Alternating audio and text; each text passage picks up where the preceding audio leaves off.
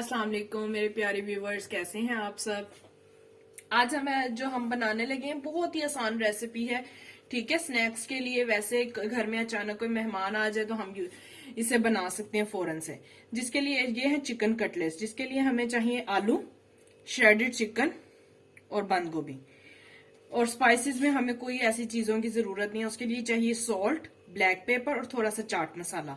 और ऊपर कोटिंग के लिए चाहिए हमें ब्रेड क्रम्स और एक अदद एग। इसके अंदर मैंने दूध, नमक और लाल मिर्च डालकर मिक्स कर दिया।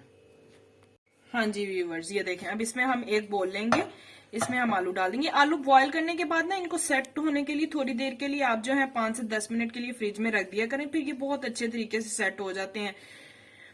श्रेडेड चिकन डालेंगे, बंद गोभी डालेंगे।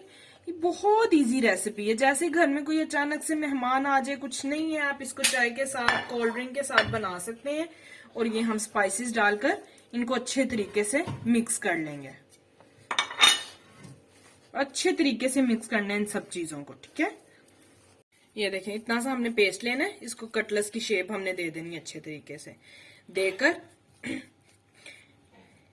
इस पे ये हमने ब्रेड क्रम्स लगाने हैं, देन एग लगाने हैं हमने, फिर ब्रेड क्रम्स लगाने हैं और इसको रख देना है। ये इसी तरह हमने सारे बना के 5 से 10 मिनट के लिए इनको फ्रिज में सेट होने के लिए रख देने हैं।